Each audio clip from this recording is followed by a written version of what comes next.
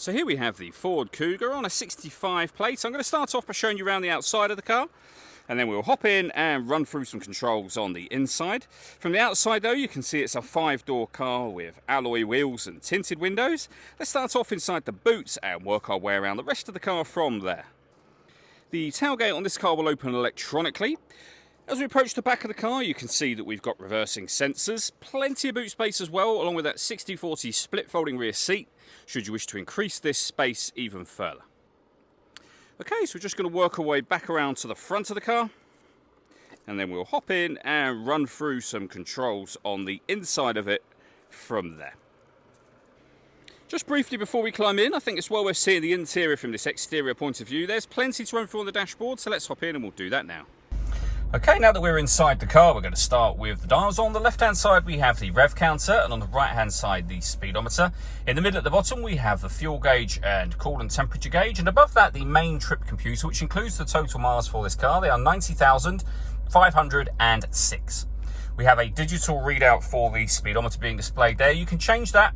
So we've got the 4 pieces of trip computer information you see just there, or lots of individual bits of trip computer and fuel economy info back around to the beginning again. And the buttons that I was using to do that are just here. We have a cruise control and speed limiter underneath here.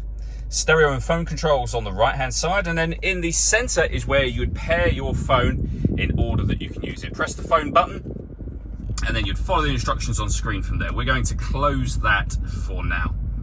Up on there, you can also, of course, access your radio. So you can see there we've got DAB, but we've also got AM and FM as well. Every push of the radio button will take you round to a different waveband, back around to the beginning again, as you can see.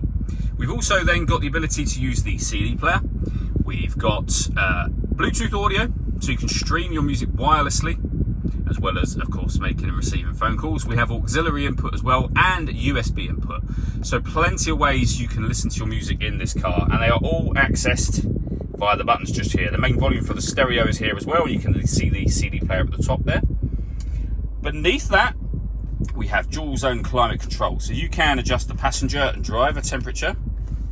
You can increase and decrease the fan speed. You can determine what direction you'd like the air to be distributed in as well. When you're happy with those settings, you can make sure your air conditioning is turned on. It's on at the moment, so that's off. Back on again, or hit auto. The car will now take full control of the fan speed and direction of the air to maintain the temperatures you've asked for. You can override that at any time you wish to. Beneath that, we have a heated rear and heated front screen. We can turn off the stop and start. This car is designed to cut out when it's stationary in traffic to save you fuel. The system is off when that light shows. We can open the tailgate from here. We can turn our parking sensors on and off. And this car also has autonomous parking. So if you follow the instructions on screen, this car is able to park itself. We then have a 6-speed manual gearbox, 12-volt charging socket, and heated driver and passenger seats, both with 5 different heat settings each. The last thing I wanted to talk about is the panoramic glass roof. So we have a sun blind that you can open. It will stop just here, and then you press the button again. That will open all the way to the back of the rear seat.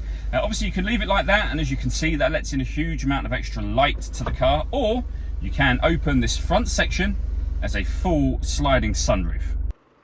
All that leaves me to say is thank you for taking the time to watch this video.